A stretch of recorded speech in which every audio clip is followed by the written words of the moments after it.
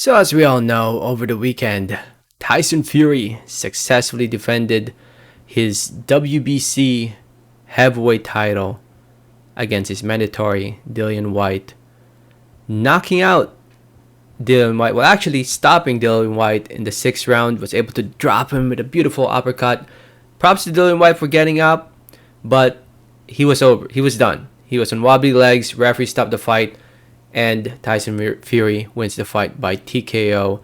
And like I said, he successfully defended his WBC belt in front of more than 90,000 fans over at the Wembley Stadium in his homecoming in the UK.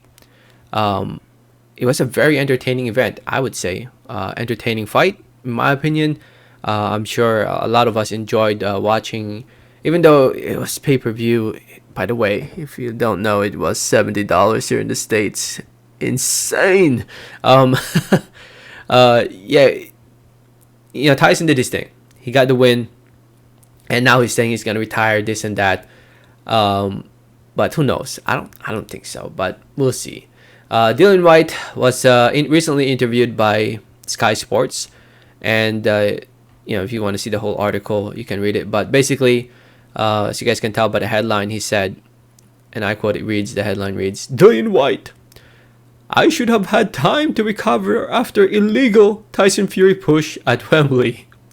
And they quoted him saying, and I quote, it reads, "I was buzzed, but obviously I was trying to regather my senses, and he proper pushed me, and I fell over and hit my head on the canvas, which is illegal. This isn't wrestling, this is boxing. I should have been allowed extra time to recover and then carried on fighting." Dillian Whyte. I don't know why he read it like that, but yeah, obviously, Dillian Whyte, it's just excuses at this point. He needs to realize that, dude, you got hit by an uppercut. It was over. It was over. He was about to fall over going forward, and he would have fell over anyway. And he would still be in wobbly legs anyway, I feel like. I'm pretty sure. So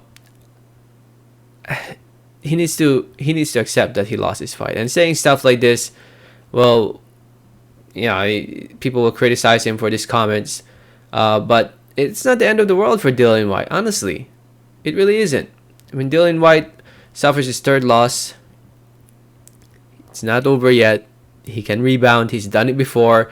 He did it when he lost to AJ back in 2015. He won multiple fights until he went in there against Povetkin, but he was able to avenge that loss against Povetkin last year, and now losing to Tyson Fury. Maybe he'll never, I don't think he'll ever avenge that loss, but he can easily rebound. The heavyweight division is full of talent. Dillian Whyte will still be considered a top contender in the heavyweight division. There are big fights out there still. Maybe fight Wilder, maybe Usyk, Andrew Ruiz, Ortiz. There's so many fights to be made still at the heavyweight division. Fights that will get him paid at least $1 million fighting them. And I know Dillian wants the millions and millions of dollars, this and that, but he needs to be more realistic of how valuable he is.